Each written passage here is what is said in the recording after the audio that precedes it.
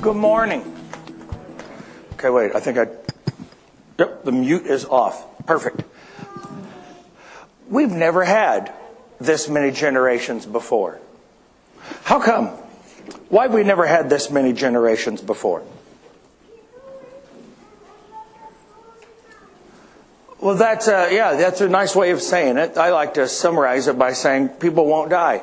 They used to die at a respectable age, and now they just keep living and living and living. Yeah, and I hope to be one of those folks that just keeps going. You with me? Anybody know in 1900 in Minnesota what the age of mortality was? In 1900. 47 was mortality. Would you look around the room? Just take a moment and look around.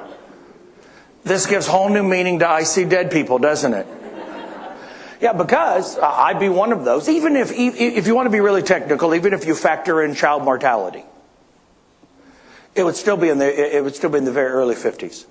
Hey, by the way, just while we're on that, when did people marry in 1900? 22. Yeah, marriage before 20 happened in like the mid-1800s, kind of Little House on the Prairie kind of thing.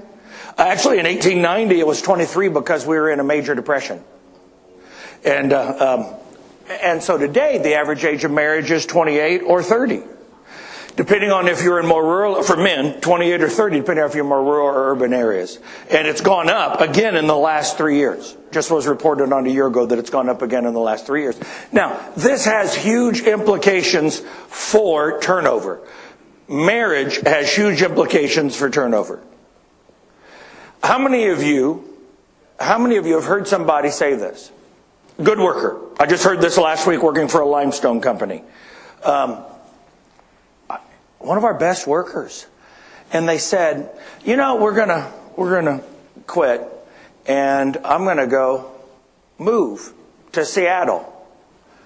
Why are you gonna move to Seattle? Well, I've always heard it was nice and they got a lot of coffee shops. And they said, well, your family's all around here. They said, well, that's one of the reasons I want to go to Seattle. Is that, if I'll probably come back around here later in life like most people do. This is my only chance to do it. I didn't have a chance to go to Seattle when I was 25 because I would already been married for 3 years. And I would have to get another person to agree to move to Seattle. How many of you can relate to this? When I was 22, I got married. My father was a minister. Actually, he was the dean of the graduate school, the seminary. And he was going to marry me. And we were standing, literally on the line of where we would walk into the front of the sanctuary to get married. My bride would come down the aisle in just moments from now. And literally 1 minute before we walk in to start this hitching, my father whispers to me, when you do this, you can't move back in. And I whispered back, I don't want to move back in. That's why I'm doing this. And as we walk, I mean this, we are walking down the aisle and he takes my hand and whispers, good talk. I didn't have the freedom to relocate to Seattle because if I don't do it now, I won't ever be able to do it. Does this make sense? Because I was in a stage of life where I had moved into early adulthood and settling down at 22. Only one of my children settled down before 25. The rest are unsettled. That's best illustrated by my third son, who told his employer that he would work another year and a half and then he was going to move someplace else because he didn't want to live in the same place all his life. And he works in the same town. He actually works in the same church that he grew up in, one of those big mega churches. And I said to him, why did you tell them? He goes, well, transparency, openness. We were having a one-on-one and they asked me what my long-term plans were, so I told them. I said, that has to be awkward to know that you're planning on leaving in a year and a half. He goes, why? Well, because to my generation, that would have been really awkward. Once you know I'm going to be leaving in a year and a half, well, why don't you just pack up right now? Huh? And I said, well, what are your meetings like? Your once a month meetings with your boss? Oh, they ask me over lunch where I'm going to move to. And I tell them the places I'm thinking about. These are conversations that I would never have had. Here's what he said to me. I said, you don't have to say everything you know. He said, I work for a church. Do you want me to withhold information? I said, that's not lying. That's just not saying everything that comes into your head. How many of you can relate to this inter-family generational difference? More than that, my wife would have said to me, we got to pay rent and we have a car payment. What are you talking about? We're not going to go move someplace because you want to see different parts of the world. If you can get a job and I agree to go there, then we can have that kind of options or opportunities.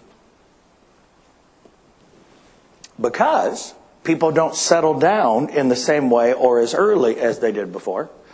And what's very interesting, you probably noticed this in your communities, is for many, many years, it was urban areas in which people postponed marriage and settling down, and rural areas where people settled down much more quickly. And in some families, and especially if people are deeply religious, they marry earlier. On average, people who are deeply religious marry 4.5 years earlier than people who are not. There's some verses in Corinthians about better to marry than to burn that influences marital decisions. But on average, what's changed dramatically over the last 20 years is that people in rural areas are often marrying later than people in urban areas.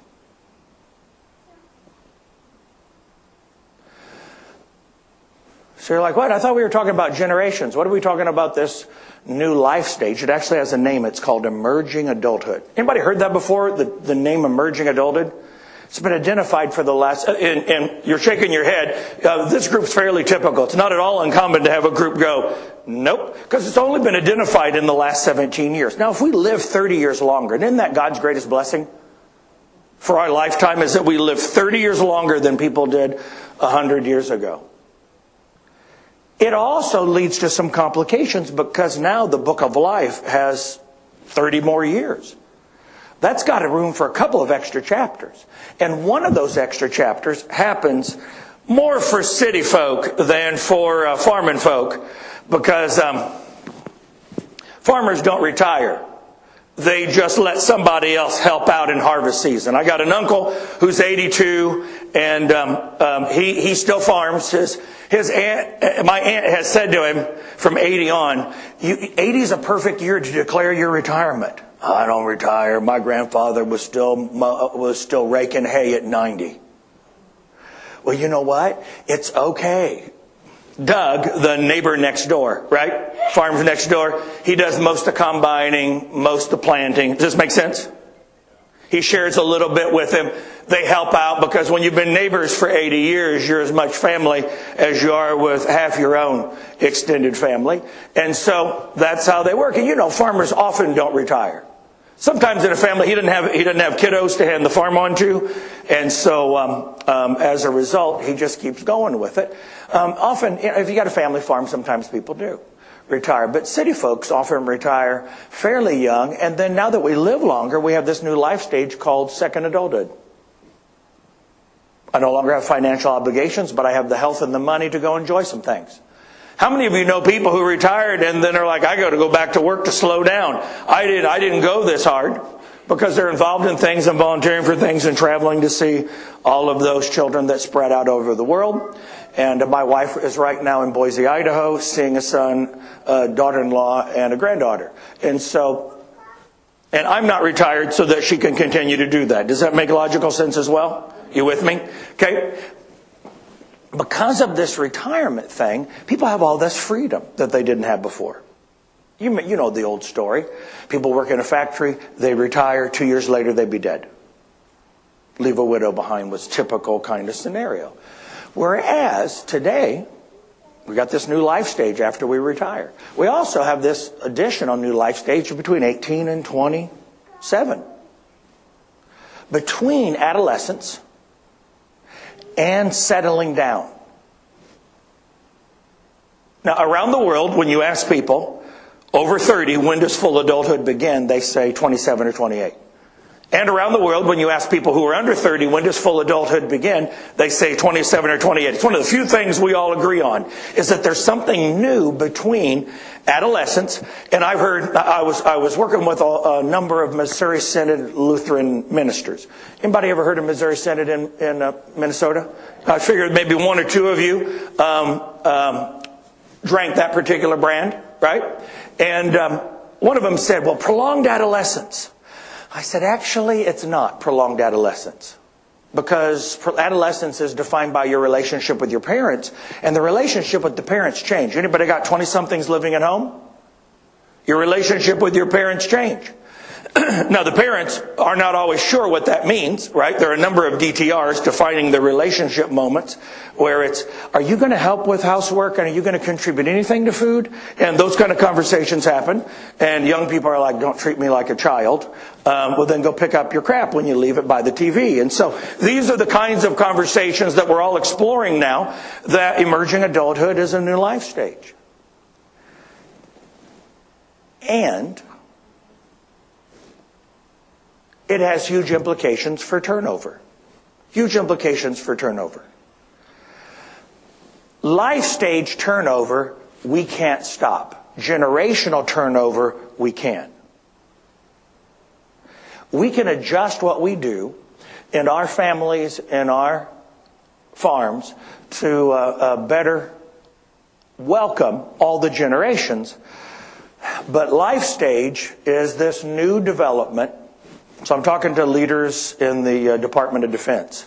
And they're like, you know, to get an IT person to commit for their whole life to do technology, cyber warfare is the new biggest worry. We can't find people who will commit their life to go wherever you send them. I said, yeah. They said 7 years. They think 7 years is a bold commitment to public service. I'm like, well, it is. 7 years, they could be making a lot more money someplace else. Yeah, but we need people like us who are willing to commit their whole lives to wherever you're sent, to whatever's asked of you for your country. I said, well, in their world, 7 years is like a lifetime in dog years. And so that's really good in IT. That's a major service to your country. It's like Peace Corps on steroids for them to do this, because they believe in their country. But some of the older generations, it just felt like they were being gypped off. They weren't loyal. They weren't committed.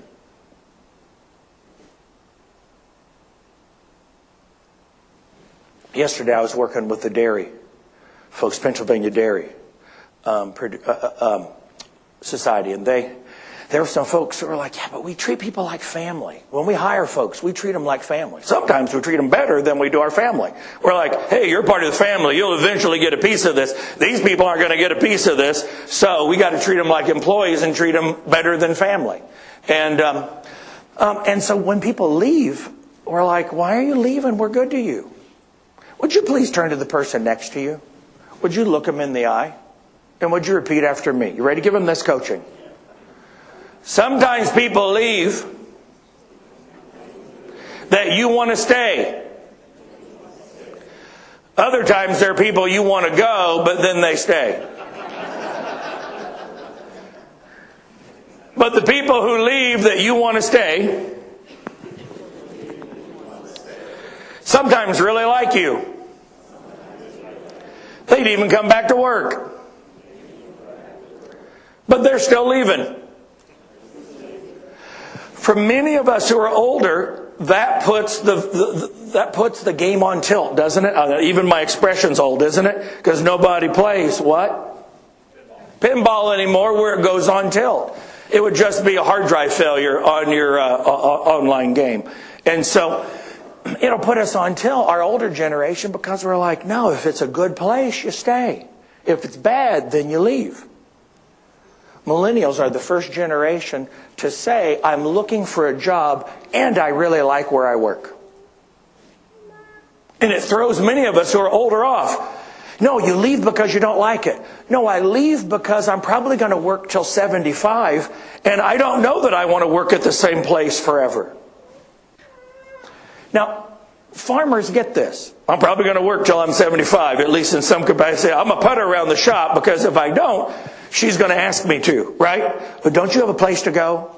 Get out of my world. Retirement for me is not having you underfoot all the time. So many of you are having those conversations about how that's going to roll when that works out. And so that takes place. But for people who are like, I don't know. Do I want to do the same thing forever? The answer is no. Do I want to use the same toothpaste for the rest of my life? No. Do I want to play the same level of Super Mario for the rest of my life? Probably not. And looking for variety, that's a new aspect of living longer. Can you see why I'm not a motivational speaker? Right? Turn to the person next to you and say, I wasn't that depressed about turnover until I got in there. Yeah.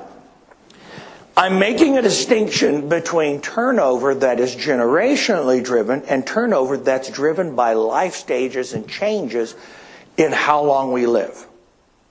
It's one of God's greatest blessings that we live 30 years longer, but it has some real impact on what we do to keep good people and how we work with them, how we motivate them, and what we expect from them. So let me turn some slides, okay? There are some folks that are like, if we're not turning slides, then he's actually not covering anything he's supposed to be covering. We're still on introduction. So let me turn some slides so you analytical folks relax, right? And it'll make you feel better. Here we go. 4 generations of employees for the first time. 5 generations of customers for the first time.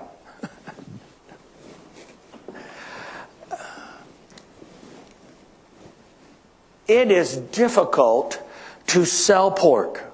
I mean, not to sell pork. You buy it from the butcher. You buy it in the fridge, in the refrigerator section, in the meat part of the store. But to get 5 generations to sell them, to market to them, to get through the fake news about livestock, and that was one of the sessions today that I wish I could have gone to. I went back to my room and did some email. But if the session from today on the facts about bovines and methane and the environment. So they had a guy coming in from Penn State talking about livestock and do they really contribute 20% to global warming? And I just think that's some serious gassy cows is all I can say.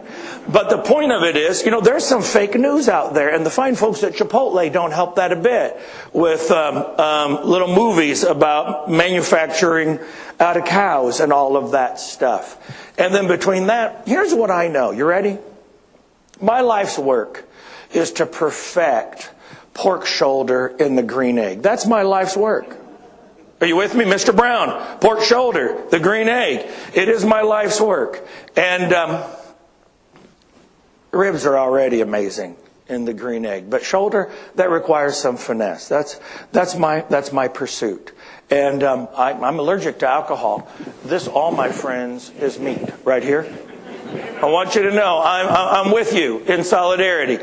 Although my grandfather in the farm in west side of Indiana, Wabash River, he said, I'm always the best at holding on until other people are slaughtering and then selling out 6 months before the market goes up. He goes, you can name the species. I've got an uncanny ability over 70 years of farming. He said, I got out of swine exactly 6 months before the market rebounded. I didn't kill them off like some other people had to do in bigger operations, but I did sell out, got rid of swine. And I want you to know I'm probably one of the few speakers that don't work in the ag industry all the time, 100% of the time, who do not mind the downwind smell of swine outfits.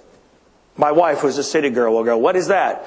That would be swine. She's like, oh, that's horrible. I said, no, it smells like growing up on the farm, right? It is a beautiful thing. And so 5 generations are hard to convince. It's a different approach. And often the people who make the decisions about our communication to the 5 generations are people who are on boards. And people on boards tend to be my age. And the people who are buying the fake news tend to be my kids' age. I won't name the company, but they are a major provider of livestock pharmaceuticals. And I was speaking at one of their conferences, and they said we were at a holiday, and my kids were making comments about the meat we were eating, and I'm thinking, et tu, Brute, even in my own family, they have I was like, I was overwhelmed with the work we have to do to communicate. But with 5 generations, you ready for this?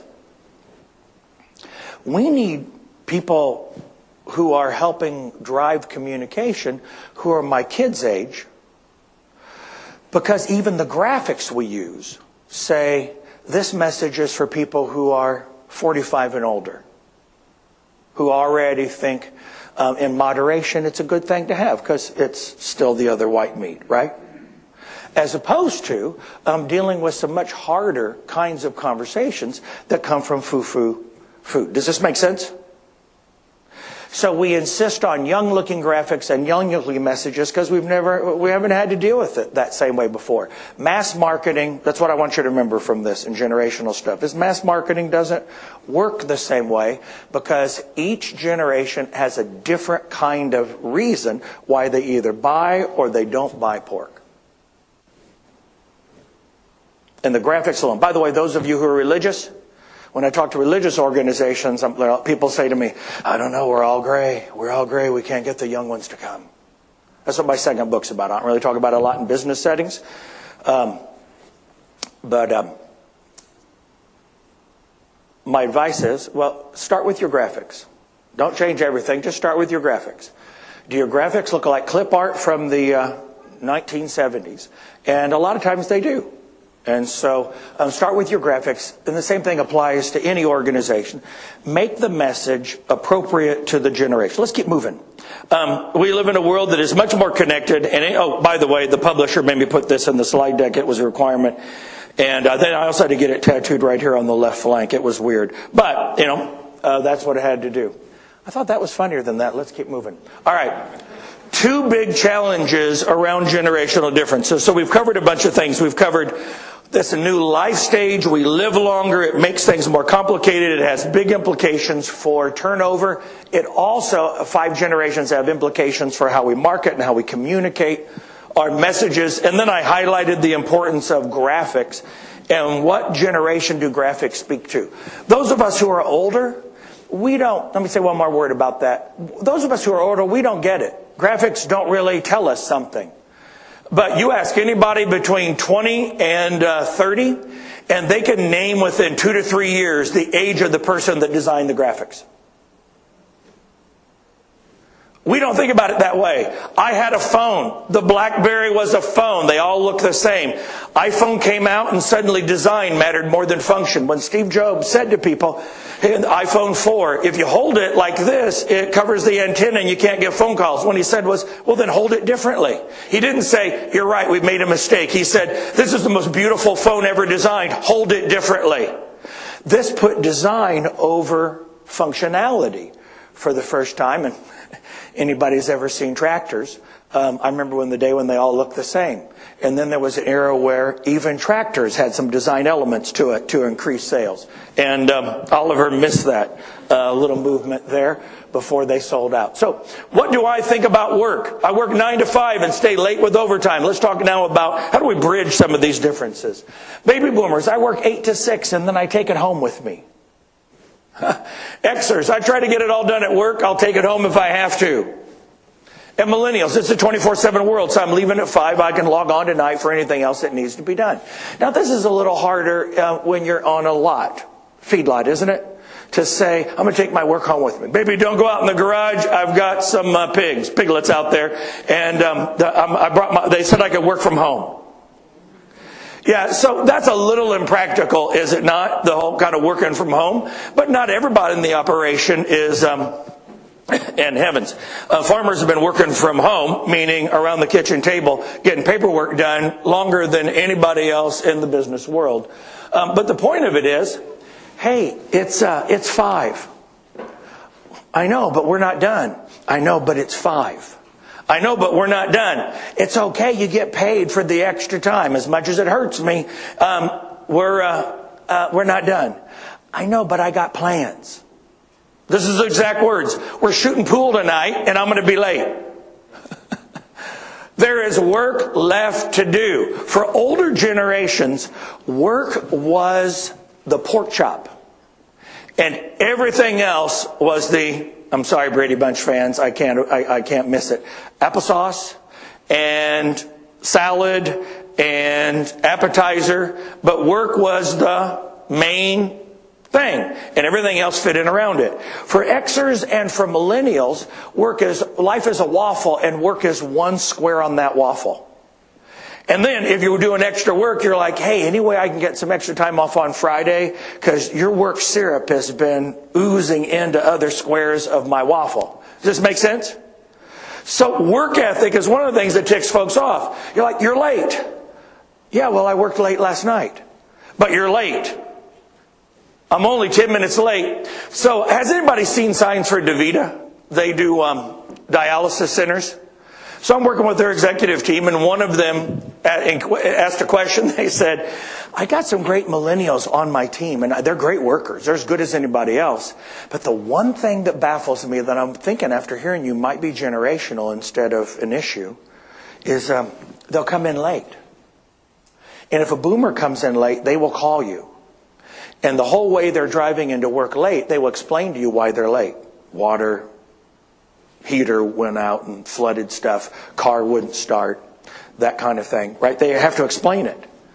And then they promise you they'll stay later to make up for the time, and then that won't happen again. They give you their action plan, even if you don't want to hear it. They have to tell you, or they feel like they've wronged the universe. And whereas millennials, they'll come in late and they won't even acknowledge it. They'll just go, hi, and put their Starbucks cup down. And he goes, should I yell at him? I said, well, what happens when you say to them, hey, you're late?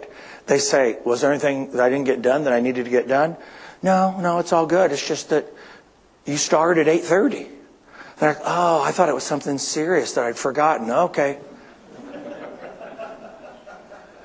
But you know, when I've asked younger millennials why you come in late carrying a Starbucks, here's what they say. Around our office, people come in at 8:30 and they start their computers and then they go make coffee. And then they talk for 20 minutes and we all start working about 10 till 9. The difference is they drink Maxwell House and I drink good coffee. There's almost always a reason why people think the way they do. Almost always a reason why people think the way they do. If we ask why, rather than get upset about the whats, what are they doing? What are they thinking? If we ask why. How many of you ever been to a different country? I mean, physically a different country. How many of you have said when you got back? Many of you came through Minneapolis, did you not? That may not be the only airport some of you went through, but many of you landed right down the road. Without snow, right down the road, about 15 minutes. With snow last night at 10 when I landed, about half hour, right? But the Minneapolis airport, just down the road, when you land, you think to yourself, great place to visit, but I wouldn't want to. How many of you think that with another generation? Like a different country, aren't they? Now, I didn't meet this side, so, sir, I'll shake your hand. I'm just going to wave to the video people because I'm going to make this one infraction. Brent, where are you from? Where do you live? What are you doing here? I'm from Chicago. Don, how about you? I live in southwest Minnesota. Okay, Tyler. Are people who were born in 1900 in Tyler raised different than people today? Absolutely. How about people who were raised in the 40s? Are they raised differently than people who were in 1900? Yeah, I think so. How about 75? People who were raised in 75, are they different than people who were raised in 2019? We end up being different countries, don't we? Now, here's what's funny. You have people working in your outfit that come from a different country. Some of you do. And we can often go, well, you know, they don't know because they're from a different country. But if somebody is from Tyler and working for you, you're like, what is wrong with you? Were you raised in a barn? Actually, you would have been better off if you'd been raised in a barn. You would have known what you should have been doing here. Good night, town folk. I don't know what to do with you. And we get angry because they're even more from a different country, but a different country, a different generation that we don't recognize. Does that make sense? How many of you are like, what did I do wrong with my own kiddos? Some of you are here with your family, so don't nod. Just blink once for yes, twice for no. Okay? But some of you think that about your own kiddos. You're like, I don't know where we went wrong. You didn't. They were raised in a different country. My father loves to tell stories about the guy that pulled over, the city guy that pulled over and raced out because he thought there was a runaway tractor. And what he didn't see was that my father was 7 and was... Yeah, but he was standing up, so in the sun he couldn't see him against the wheel because nobody was sitting down. And when he got halfway out there and saw a kid on the tractor, he ran up to him and went, does your dad know you're driving this? He goes, my dad told me I couldn't come in until I'd finished. Yeah, he talked about memorizing the 23rd Psalm while milking at 5:30 in the morning and having the Bible fall into the milk pail and then having a rather crinkly Bible for the rest of his time in school. Well, there's a number of things that are different. First of all, you're not teaching Bible in school. And secondly, most of us don't have to get milk that way. Matter of fact, what time do your kids have to get up if they want a glass of milk? One of the biggest change from work ethic is on Walton's Mountain. And in my father's growing up, if you wanted milk, you had to go milk it. You don't milk for a couple of days and she dries up. It's going to be a long time before there's more milk. And so people say all the time, we live in a microwave age. I've heard that in sermons at least 100 times. We live in a microwave age. I haven't heard it for about 10 years because we've all had microwaves long enough. I think that one's worn out. You know, back in the olden days, people had to wait for things. Actually, it's just the opposite. What I say in the book is, on a farm, if you don't plant, you don't reap. If you don't feed hogs, you got a mess on your hands. If you don't milk, you don't have biscuits. It's fairly clear. My son was in 8th grade and he said to me, I said to him, is your homework done? And he said no, but he was playing GameCube. I said, you need to get off the GameCube but the beauty of it is, he goes, well, with GameCube, Dad, you can't just stop. You have to wait till your place of the game and you can save. I have no idea if that's true, but that's what all of my boys, our tech guy in the back is going, it is not. So all 3 of my children, who now all work for churches, lied through their pie hole to their old man at this technologically ineptness on gaming. That's what they'd say. Well, I got to get to the point where I can save or I lose the game. And, honey, I'm going to pull the plug on your game if you don't start wrapping it up. I don't know why I have to do algebra anyway. So you can get into a good track in high school, so you can get into a good college, so you can get into a good grad school, so you can get into a good organization and do good projects, and then eventually in your 30s get promoted into management. And this, my friends, is why we have emerging adulthood now. Because 1850, when you were big enough to throw bales, hay,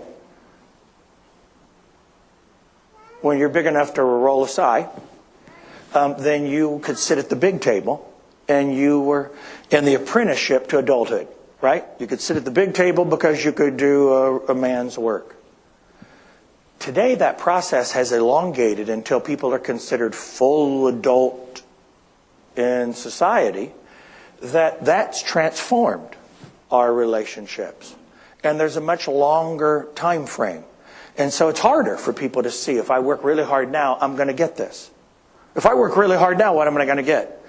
I'm going to pay you. Well, if I don't work really hard now, what am I going to get? Yelled at? Are you still going to pay me? Yeah, very likely with 3% unemployment. Very likely if you show up again tomorrow and stay off the felonies, I'm going to continue to pay you.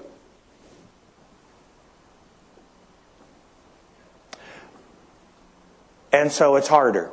Work ethic is harder because the connection between what I do and what I get is harder than it was before. Does that make sense? Now, once again, that doesn't solve it. It just makes you more discouraged. Here's why I want to make you more discouraged. Because those of us who are older are like, what's going on with this generation today? They don't show up on time. They don't have the same work ethic. No, they're not owners. It's not theirs. They're not married as young. They don't have a mortgage and a house. They have a lot more freedom. And this may not be what they even want to do long term. It may be their job. It may not be their career. The group that they're most likely to be compared to from a previous generation were folks that showed up and wanted to do some work for a while they were traveling through town. They weren't the hired hand that worked on our family farm for 10 years. Had his job in the city, worked weekends for some extra money because he loved farming, grew up on a farm, was a loyal hired hand. Does this make sense? They weren't the same folks. And therefore, we motivate and treat them differently if we're going to keep them. And we make adjustments. And that's a big deal to folks because work ethic is the thing that people complain about the most. Now, I'm going to give you a chance to, and one more, respect. Let's talk about that before we have you turn and talk to a neighbor. R-E-S-P-E. Number 7 on Rolling Stone's top singles of all time in rock and roll. Okay? It's a good one. I will figure out the place and my place in the hierarchy. Ours is not to wonder why. Ours is just to do or die. I can work my way up to a position and get respect. Xers, I'll give you respect if you prove to me you deserve it. Yeah, you know what? You don't know any of what you're talking about. And then millennials, I'll give respect to those who get it and will take me seriously. For many of us, respect is something you earn or you pay your dues for or you wait your turn for. For many of the people who are 40 and under, respect is something that everyone received because we're human beings. I saw this in the National Speakers Association. There was a internal Facebook group post where someone said, hey, here are guidelines on gender-based language, and I see many of you doing posts and articles that still violate some of these things. 10 years ago, we could debate whether or not it was political correctness. Today, most people consider it just either mean or insensitive. So, it's really not debated anymore. You just need to get with it. Now, there are people who are like, well, I don't like that. Fair enough. It's a free country to like it or not like it. But because the younger generation was raised with, hey, you can't say that. That's really disrespectful to folks. And you can't even joke about that. That becomes, because you're a hater, right? You heard that phrase, you're a hater. That kind of, everyone gets respect like everyone gets air and a drink of water. Now, you may not get lunch, but everyone gets air and a drink of water. Everyone gets respect. What do you think? What's your opinion on the matter? I was speaking in Florida to people who own small businesses that process health insurance claims. And this guy stopped me, 300 people in the room, and he stopped me and he said, it's my sandbox, it's my company. They need to do it my way. And about half the room went, yeah. I said, okay. Truly, it's your company. You can ask people to do it your way. I'm just telling you what motivates them and what makes them leave. Here's what he said. Well, good. I'm glad we got that established. And then in Q&A time, he put up his hand and said, now how do I get the young ones to quit turning over because they're actually cheaper on health insurance benefits than the older ones? I said, sir, I don't know how to levitate. I don't know how to cut myself in half and dance around the room. I don't know how to do that. I don't know how to photocopy myself. There are duplicates of me to get more done. You are asking a question there is not an answer to. How do I get them to do it my way because I own the place? And then how do I get them to like it? I don't know how you get them to do that. I have been involved in castration experiences. I know how to do it. I don't know how to get them to like it. Are you following me here? It's your place. You can do it any way you want. But how do you get people to stay becomes a different question. So a lot of people are like, well, no. Respect. My place, my rules, I earn it. I get it. And the same thing even with kiddos. If I would have said that to my father or my grandfather, I don't know where I would have been when I woke up, but I would have been knocked against some wall. And then when I finally came to, I would have been asked to either, if it was a Morton building, I worked for them last year, so I'm going to use a brand name, give them a little free advertising. If it was a Morton building, I'd have to bang where my head hit back flat again. Or if it was in the house, I'd have to spackle it because it was my own fault that I had to be knocked up against the wall and did the damage in the first place. Does this make sense? Many of us think to ourselves, my kids say things to me that I would have been smacked hard for. It's because we've made this shift to children should be seen and not heard too. Use your words, not your fists. What are your thoughts? What are your feelings?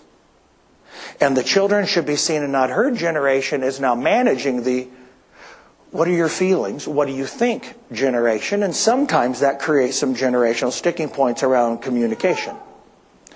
All right.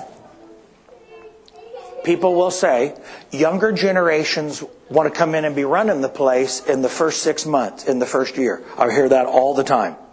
I see some of you smiling, and so my guess is you've thought it or said it more than once.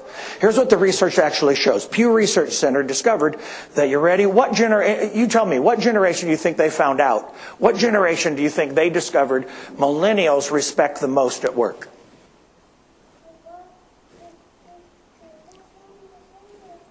We can't leave until you guess. What generation do you think millennials respect the most at work? Gen X. They respect Gen X the least. Yeah, but thank you. Yeah, I was surprised too. They respect traditionalists the most because they have the most experience. They respect boomers the next and Gen Xers the least. They think Gen Xers whine a little bit too much. Yeah. And so what they want is not to have their decisions approved. What they want is to have influence and to have a seat at the table, to at least get to watch the decisions being made and to be a part of things. Now that's a different definition of respect than wait your turn and sit at the card table until you've worked here enough or we invite you to the big table. Does that make sense? You got that same situation at Thanksgiving? Card table, big table. I grew up with that. I tell you what, all my life at the card table, we didn't laugh that much. We were kids. We'd eat and go back to play. And I'd hear the adults laughing, and I so badly wanted to get to the adult table. So at 12, they let me. And I discovered that the jokes were not funny. They were all stories about people who have been dead for 20 years that I never knew. But I was trapped. I was in the back corner by the filing cabinet, because it was a farm, at the big table. And the only way I could get out after a half hour being finished was to crawl under and join all the young people. In college, I went back to the young table because I was particularly good at jokes that would make young children laugh. Things with your armpit and other disturbing things like that no mother's proud of, but I was pretty good at getting Jell-O to come out my nose. And so they thought that was hilarious. I killed it at the kid table. So respect means we broaden our conversation. Still my decision. It's my farm. I'm still the manager of it. But what are you thinking? What do you see? What would make the biggest impact? Okay, we talked about work ethic and the changes there, and we talked about respect and the changes there. What's the biggest idea that struck you? Would you find somebody else, like two other people? If you came with them, it's okay to talk with them, talk to them. On the other hand, if you came with them, you may say, I talk to you all the time. And so you may want to turn to somebody else. Don't be offended if a person you love or came with, talk to somebody else. But I'm just going to give you 3 or 4 minutes to talk amongst yourselves, okay? And then we're going to turn some more slides and wrap this thing up.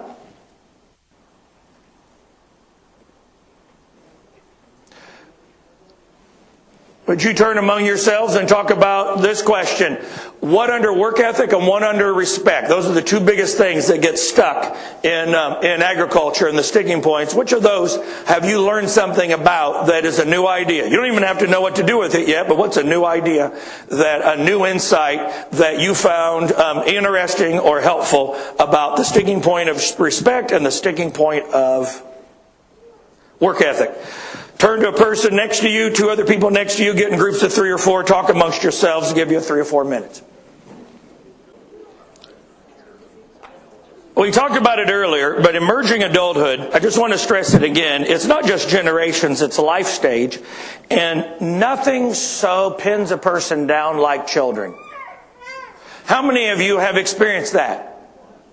It's just harder once you have kids to go do as much. After a while, you're like, let's just stay home.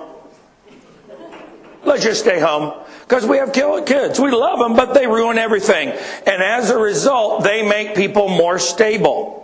And so people will say to me, and I said it yesterday, I said it last Friday at the Limestone, to the Limestone folks. They're like, I said, it is illegal for you to discriminate in hiring by age. It's illegal to discriminate in hiring by whether or not they have a family.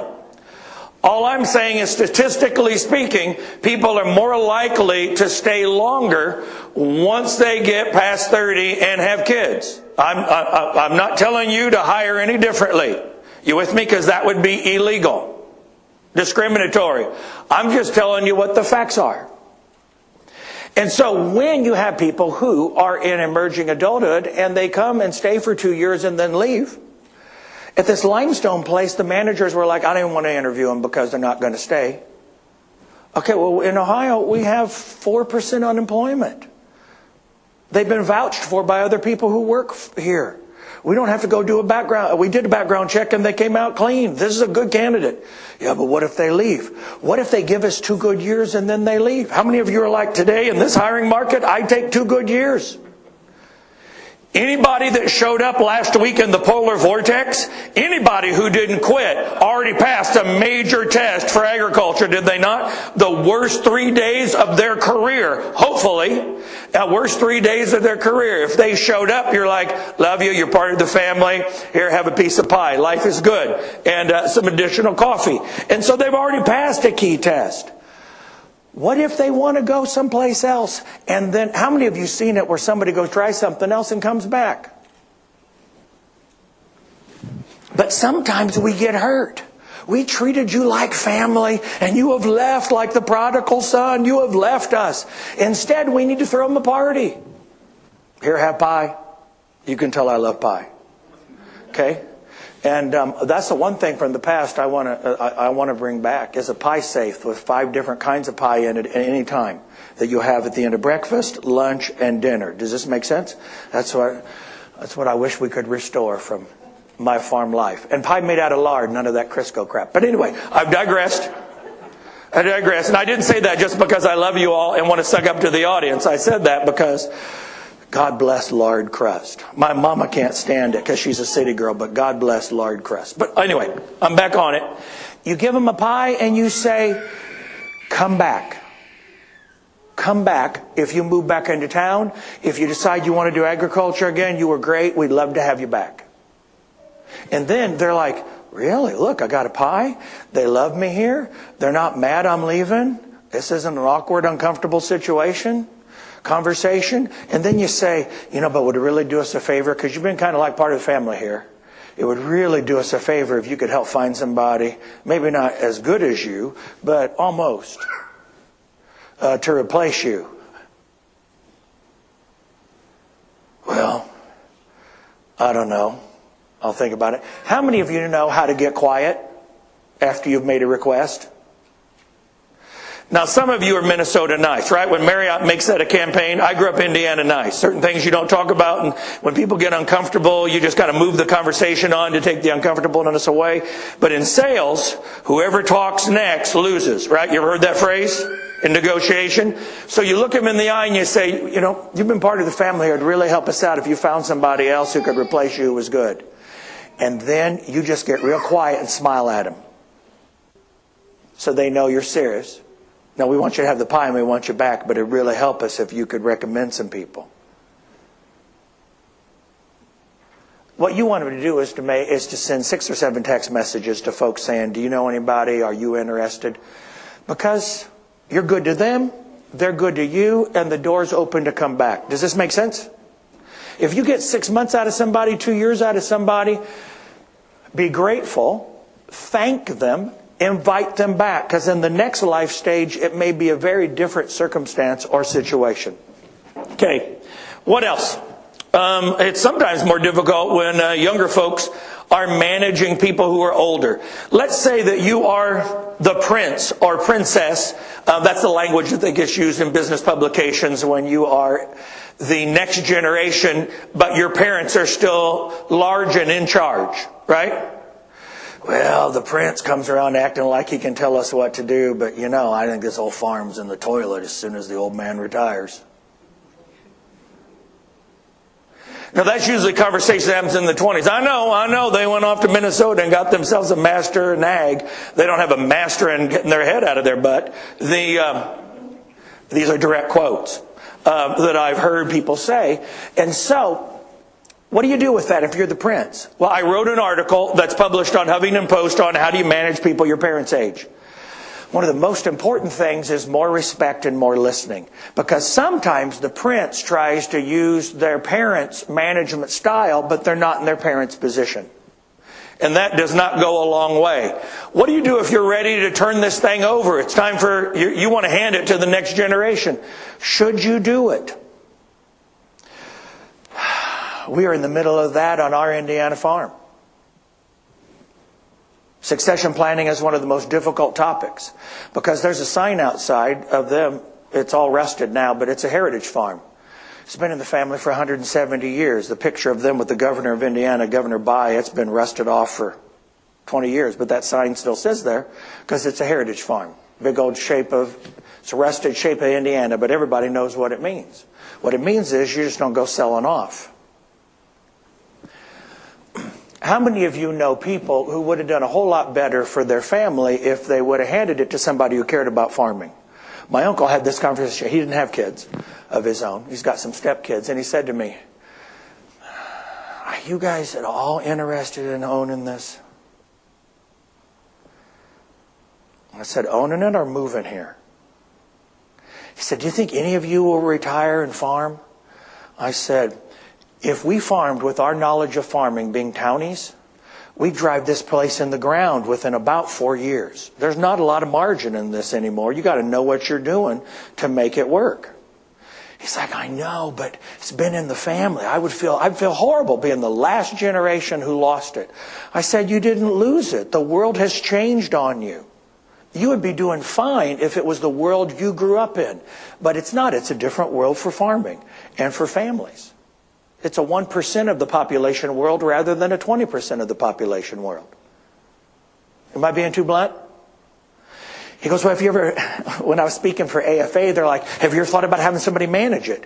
I said, 'Here's my problem. I don't know enough about farming to know if the manager was doing it right or wrong.'" And how many of you have seen absentee owners that come in and lose it all? They just paid somebody to lose it all for them. Happens in rock and roll, and it happens in farming. The very best thing they could do would be to sell it, pay off some debt with it, and give it to somebody who will treat that land and treat that livestock the way it deserves. Best thing they could do.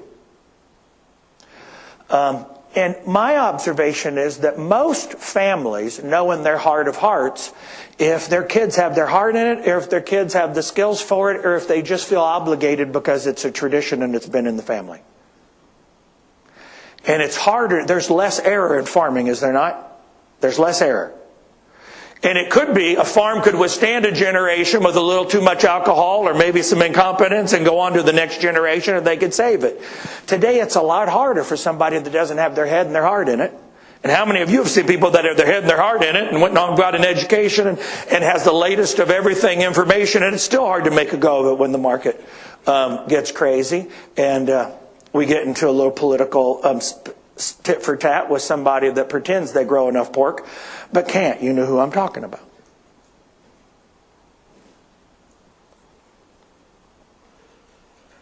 I think that's the big question with planning for succession and transfer. Then there are some generational questions, and that is, do you expect your next generations to run it the way you do with your style? There are some things that are business necessities, and the thing's not going to go. The fact that my grandfather sold as-grow seed corn out of the old summer kitchen and was a mechanic before he moved into the farmhouse when his parents retired at 80.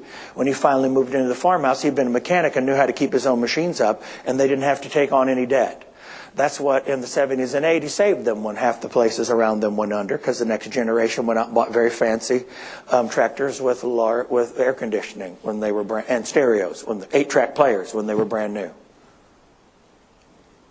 Some things are business necessities, which is you better not make that purchase on credit. And some things are just stylistic, and their style is more appropriate for how people respond in the future, and you got to let that go, Frozen. So here's my question. Can you let it go? Some of you are like, I'm going to live here till I die, and your family members are like, then it's going to kill us all. Some people, when they get out, when they retire and they transfer it to the next generation, have to get away from it because they can't not touch it and have their fingers all over it, and it'll be really irritating. Some people just need to move into town or move into the next state or go to Arizona longer. Am I being too blunt? Okay, you ready? In my experience, Pi and Mom, that's changing because there's a lot more women involved in the day in and day operations of the farm. But Pi and Mom have saved a whole lot of family farming businesses because it's gone like this. There's been some coffee and a bit of pie, and Mom says, without even turning around, you and your father are going to work this out. I am tired of hearing it, and your wife is tired of hearing it about him. You two are going to go off someplace, and you're going to have this out. And I mean it, because there'll be no more coffee, there'll be no more pie, because we are sick to death. How many of you have had family farms in the family still because of conversations like that through the years? Because here's what I've learned doing consulting with small businesses and farms through the years. The spouse knows. The family knows. You sit down and ask them. I do the interviews. I go talk to everybody. And then I wrap it up with an interview with the spouse. And I'm like, what ought to happen here? Those two are never gonna. And I don't think they have and I love this place and I love these people. And I'm not going to have this whole thing torn up. Our whole family torn up over this. Hardest thing is, though, and one of my professors in college, he said it this way, this has been our family for 100 years. All we got to do is win the lotto one more time and we can farm for 20 more. He goes, I can make a whole lot more money if I sold it and put it in a mutual fund, but you don't do that when it's been in the family 100 years. We all got to have our heritage conversations, and then we have to have our business conversations, and then we have to have our, is this the best thing for our kiddos conversation?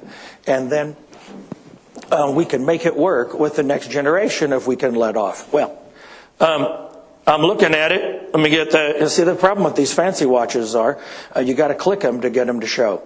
All right. For those of you who like a list, I got a minute left. Let's go through a list. What do 20-somethings want? They want freedom from boredom. Some of you are like, boredom? Farming is kind of boring. You do the same thing every day with animals. Animals do well on a schedule, don't they? This is boring. I know. I've been doing it for 40 years. It's a little boring. We would say this. That's why work is a 4-letter word. That's why somebody pays you for it.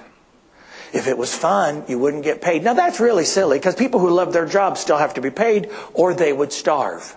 You're looking really thin. I know I have a job I love that doesn't pay. No, because when you say, well, you get paid because it's work, that really is silly when you think about it out loud. We pay volunteer organization leaders because they need to eat indoors in weather like this. So, freedom from boredom. I've got a series of videos on www.peopledriven.com that are free. You don't have to pay for them. It's not one of those courses I'm selling at the end. They're 7-minute videos. They're free on how to cut generational turnover in half. It goes into depth, 7-minute videos. That's almost an hour's worth there in itself. So one day when it's cold or you're driving, instead of a podcast, you want to watch those are available for you. That's a little more, the second one applies a little more for Cargill than it does to you. They want the choice to relocate and leave and come back. We've talked about clarity on how the game is played. I hear this all the time. Some of these young people, they ought to know. It goes without saying. It doesn't. They were raised differently. There were different standards of etiquette. How many of you watch people talk to their parents in ways that you would have never talked to your parents and you're like, you ought to know better? How many of you watch people with earbuds on or looking at their phones when they're in restaurants? And you're like, that's not how you're going to act in our meetings. You're going to pay attention. By the way, just for the defense of phones, I used to watch my grandparents not say anything while they ate lunch together because they've been together their whole lives and there wasn't that much to talk about. You know, weather. Yep, I saw the news last night too. Yep, I'm going to go down and work on, I know you're down by the river bottom. We already had that conversation at breakfast. Breakfast had more conversation than lunch did if somebody came in when it was cold or they're working in the shop because there wasn't as much to talk about unless something happened. You following me here? My wife and I are in that same condition. When I get back from a trip, there's stuff to talk about. But usually there's not a lot to talk about. So if you see us out for dinner, we will often be on our phones going, hey, have you seen this? Did you see that? It gives us something to talk about. The cell phone and Facebook is saving our marriage. It's a don't you knock it, people who look at their phones. Instead of talking to each other, it's finally giving us something to talk about in love. Anybody relate to that? See this my wife called him not a meme, she called him a meme the first time. And my children still mock her to this day. Mom, here's a great meme that you ought to look at. I was so excited when I spoke down in Cancun to learn that in Spanish, that's what they call them, is memes. I said, your mother wasn't wrong. She was just bilingual. Friends, call in well. They're not reliable. They will call in when they're not. I need a mental health day. You don't need a mental health day. Yeah, it's just really nice weather and I'm going to go four-wheeling. I'm outside of Denver, one of the government agencies that works on fuel, that works on energy efficiency, all this cutting-edge research. They're like, it really made us mad that these millennials would come out here to go skiing. And if it was a Tuesday, the last Tuesday of the month, when the lift tickets were free with a lot of resorts, and there was new powder, we had unbelievable sickness that day. It made us all mad. And you could hear people call in with the wind whipping on the mountain. And then we're like, this work needs to go on. And we used to be mad about it, and now we market it. Now what we say is, we know all the days with free lift tickets and we get some great powder. And if you get your work done, now I know it's easier to make up research by working a weekend than it is leaving a hole with somebody on a lot. I get that. But what they advertise is if you get your work done on free lift ticket day, I know it's a government agency, but we know you'll be sick. Come enjoy the mountains and do great work that's going to help us with future generations in energy efficiency. Instead of seeing it as a problem, they offer it as an advantage. Some of you are like, we can't do that. Yeah, you've done it. They don't show up anyway. And you figure it out. And so they make it an advantage. They want a little more freedom because they're not settled down yet. We already talked about seat at the table and choice in hardware, if that's for organizations that hand out computers. All right.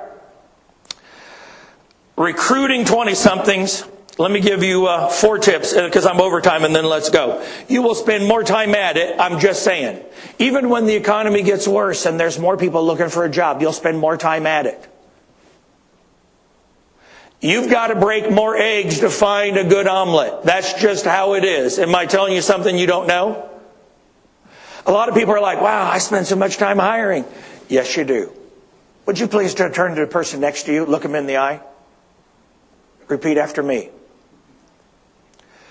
You spend more time scouring for breeding stock than you do for good employees. You might want to rethink that. How many of you go to fairs and would scour the state if you were out looking for, new breeding stock? And yet with employees, it's like, here's the key question. When can you start? Can you start today? We got a hole today. I've been dying for 2 weeks.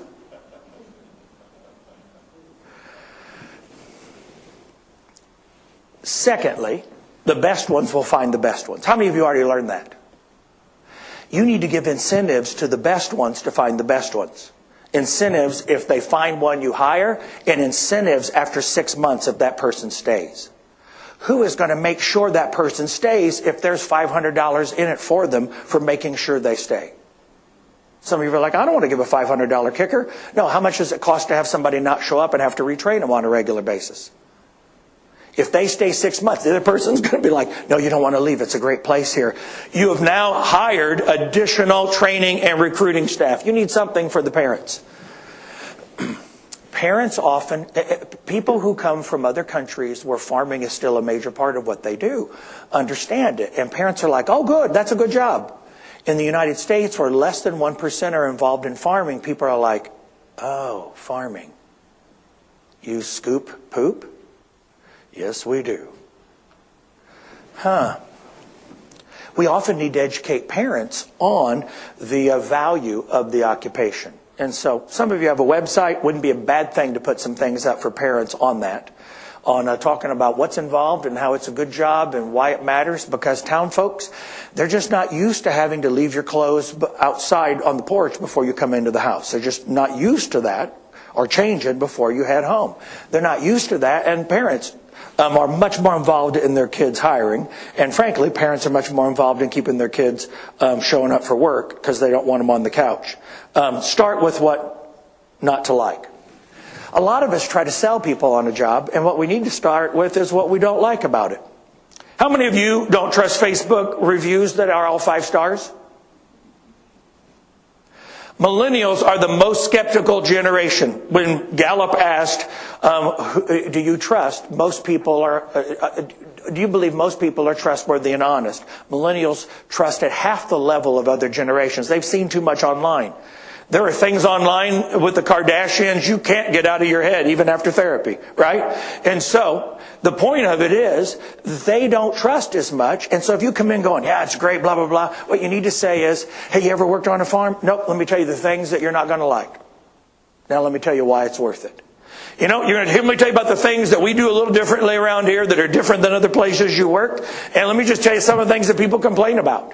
You're like, why would you tell them that up front? Because then they don't discover it later and are like, I was sold. Ready?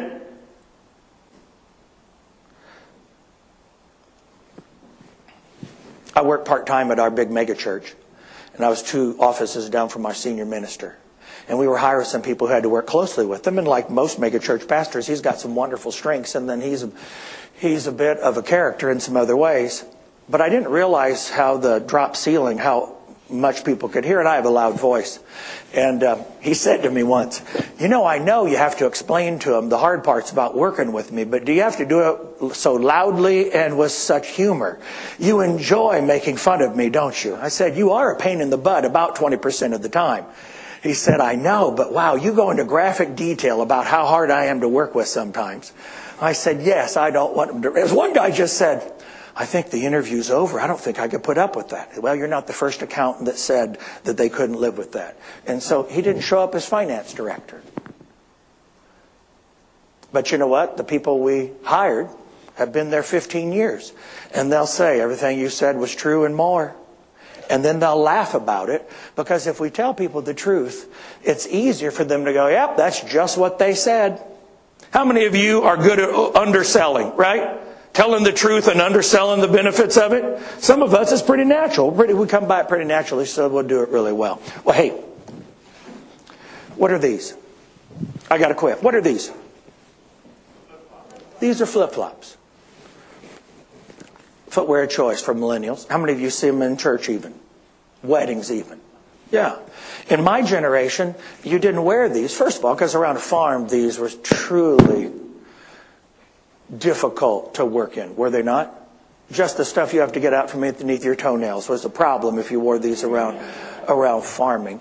And then secondly, these are what you wore at a KOA campground, because you saw the ringworm on the people's feet 2 campsites over. And so you wore these in the shower house because you got them at a dime store, 4A, and then you threw them out when you were done. These are not what you wear to your wedding.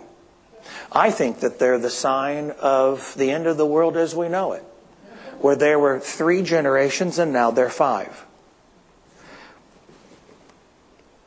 I think. My mother-in-law said it great.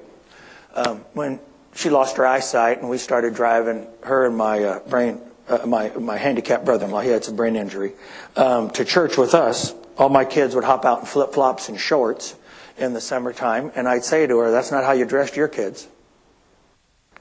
Does that bother you? She said, you know, I used to make my oldest son dress in suit and tie when nobody else made their kid because that's how I was raised. And then when he finally was old enough, he never went back until his 60s. They can wear whatever they want to wear as long as it's legal and as long as they go. I think that may be the best attitude about flip-flops and about the next generation. As long as we get the job done, and as long as I have fine ribs of which to put under smoke for 4 hours and 50 minutes with one of those radio-controlled fans so I don't have to go outside in the winter.